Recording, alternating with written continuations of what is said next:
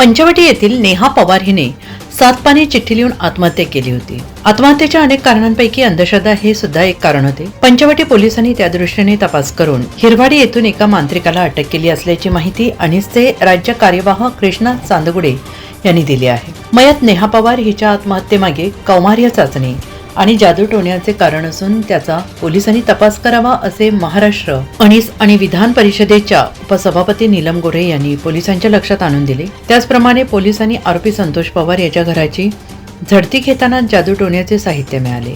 नागाचा आकार असलेल्या खिळ्याला काळा पिप्पा आरपार केलेला आढळला। त्यासोबतच गंडे दोरे आणि ताबीज पण मिळाला। हे साहित्य कुठून आणले अशी पोलिसांनी आरोपींकडे चौकशी केली असता त्यांनी भोंदूबाबाचे नाव सांगितले। मयत नेहा पवार ही माहेरवरून राखेसारखी भस्माची पुडी आणत होती, त्यामुळे घरात अडचणी येतात। त्याचा प्रभाव कमी करण्यासाठी आणि नेहाला भीती घालण्यासाठी जादूटोणा केल्याचं आरोपी संतोष पवार आणि जिजाबाई पवार यांनी सांगितलं। त्यानुसार पोलीस निरीक्षक सुनील पवार यांनी नाशिकच्या हिरावाडी येथून सुनील बबन म्हणजे वय वर्ष 42 या मांत्रिकाला सोमवारी रात्री अटक केली।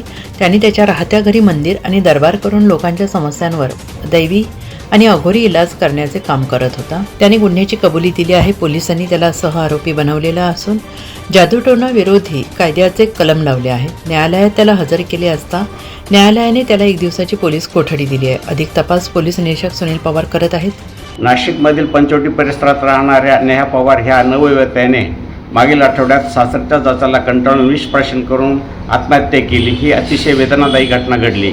आत्महत्येची अनेक कारणं तिने सुसाईड नोट्समध्ये नमूद केलेले आहेत। त्यापैकी अंधश्रद्धायुक्त दैवी तोडगे केल्याचेही त्या नमूद होते। म्हणून महाराष्ट्राच्या नाशिकच्या कार्यकर्त्यांनी पोलिसांनी या अंगानेही तपास करावा अशी विनंती निवेदन देऊन केली होती। त्याचप्रमाणे विधान परिषदेच्या उपसभापती डॉक्टर नीलमताई गोरे यांनीही निवेदन दिले होते। त्यानुसार पोलिसांनी आज सदर भोंदूला बेड्या ठोकल्या आहेत आणि यापुढचा तपास सुरू आहे।